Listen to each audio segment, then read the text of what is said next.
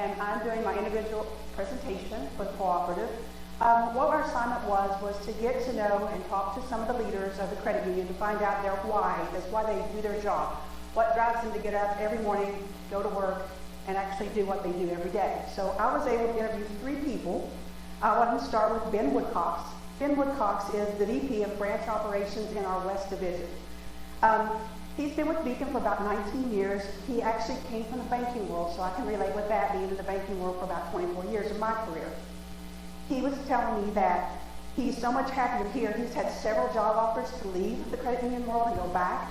He said he would never do that. If he ever left anything about the cooperative world, he would go into a whole different line of a career. He's like, he would never go back to the big banking world. One of his criteria that he talked about in his leadership that he relies upon is his communication skills, mentoring, and coaching. He is one of the biggest developers of team building that we have at Beacon Credit Union. He's very proud of that. He was actually my first boss at Beacon Credit Union as a manager, and he really had a lot of time for me and gave me a lot of guidance on team building. So he's been a big boost to my career.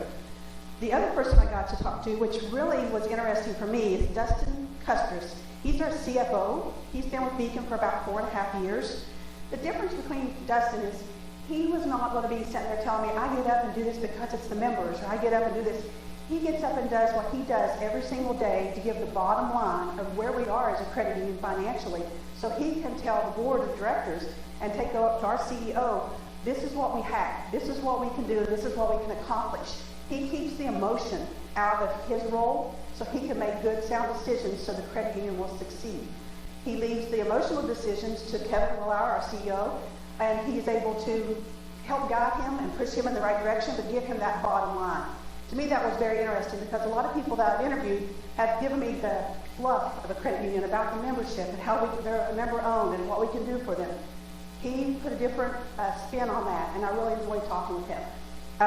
Dusty said that the unique thing about where he used to work for investor-owned versus the co-op, because he was in public accounting for 17 years, was 5% of the customers make up the base of an investor, whereas for like shareholders, you can be a shareholder in an investor company, but you may only make up 5% of the people that actually are members of that or a customer there. It would be the rest of them would be outside. Whereas a member of a cooperative, it's 100% ownership because all members have an ownership. Thought that was very interesting. But I want to end with my very favorite, John Peters. John Peters has sat on the board for a co-op for over 30 years. He came to Beacon Credit Union after we merged with Sagamore Credit Union in 2005. It was the most pleasant experience because I kind of caught him off guard. He walked in to do something else at my branch, and I'm like, hey, John, come on in. We're going to interview you for the co-op. He smiled from ear to ear. It was such a pleasure talking with him to see the passion that he has, and for the many years that he has actually served in a board capacity. His favorite thing to tell me was, not only am I a board member, I am a member of a co-op, and I have been a member, let's see here, what year did he say? 1976, I think. Anyway, he was talking about how it's all about the members, and it's always about the members. And I said, well, why is it that you get up every day and you get on this board and you take care of us? And he said, it's because, as he smiled really big, he said, it's all about the member. Always, always, always. I thought that